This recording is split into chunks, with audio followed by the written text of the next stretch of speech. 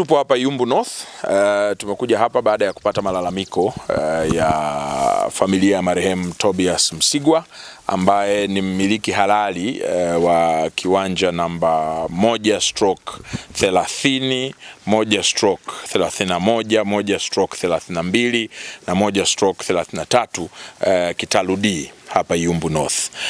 Tulipokea msimamizi wa mirathi alituletea taarifa ya kwamba kuna mvamizi amekuja ameanza ujenzi katika moja ya kiwanja chao, na imefanyika jitihada kadha wa kadha za kumsimamisha huyu bwana anayejenga hapa tokea kukiwa kuna msingi, na bado kama mnavyojionea ameweza kuendelea mpaka kupaua, mpaka kupiga plasta na kuweka magrill, lakini hana kibali chochote cha ujenzi katika kiwanja hichi na wala si mmiliki halali. Mwenye hati halali ni msimamizi wa mirathi ni Bi Priska ambaye ni msimamizi wa mirathi ya marehemu Tobias Msigwa, na hata kibali cha ujenzi ambacho huyu bwana alikiomba si cha kiwanja hichi, aliomba kibali cha ujenzi wa kiwanja kile kule.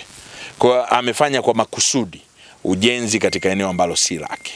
Sasa mimi nimtake mkurugenzi wa jiji la Dodoma kuweza kuchukua hatua za haraka za kuja kuvunja nyumba hii na kumkabidhi msimamizi wa mirathi ya marehemu Tobias Msigwa kiwanja chake ambacho ndio mmiliki halali. Nitoe rai kwa watu kuacha kuvamia maeneo ya watu ambayo yana umiliki halali na nyaraka halali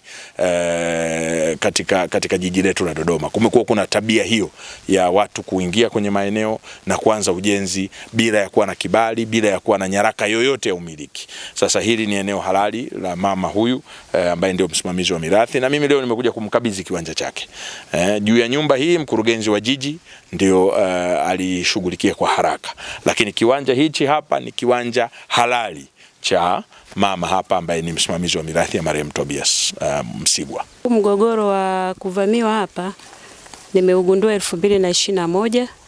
2022 akaonekana ni mtu aliyevamia hapa ni George.